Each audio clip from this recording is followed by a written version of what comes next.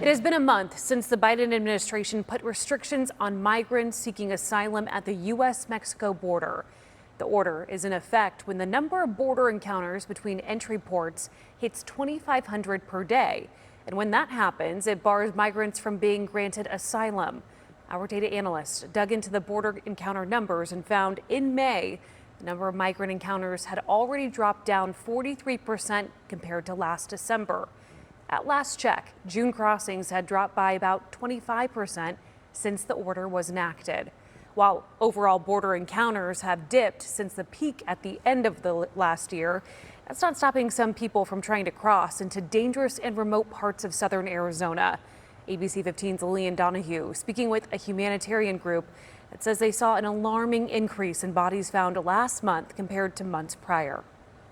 Every small red dot you see here is a person who was found dead in Arizona's Sonoran desert, per the medical examiner's office just this year. I recently spoke with a group that leaves water in these remote areas about the recent uptick in bodies found and increasing dangers during this extreme heat. We're reaching what I would consider the most deadly time of year here. Lori Cantillo is with Humane Borders, a nonprofit that works with medical examiners' offices to track the number of remains found in the desert and put out water stations along the border for anyone in life-threatening situations. A person's fate, whether they're crossing legally or illegally, should be judged by the courts, not by dying a horrible death of dehydration and thirst. Last month, the Border Patrol found 3 people dead, including a 16-year-old in Ajo.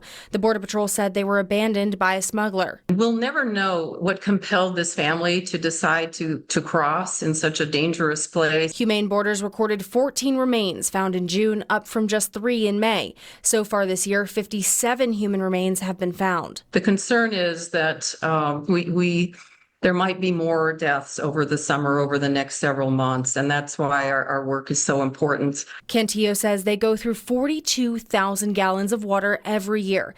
How much water is used and where can tell a story about where people are crossing. We are noticing uptick in the amount of gallons that are being delivered or emptied from the barrels in more remote locations. The White House said migrant encounters along the border dropped nearly half since President Joe Biden's recent executive order halting asylum claims between ports of entries. Since the executive order, consumption rates seem to be higher.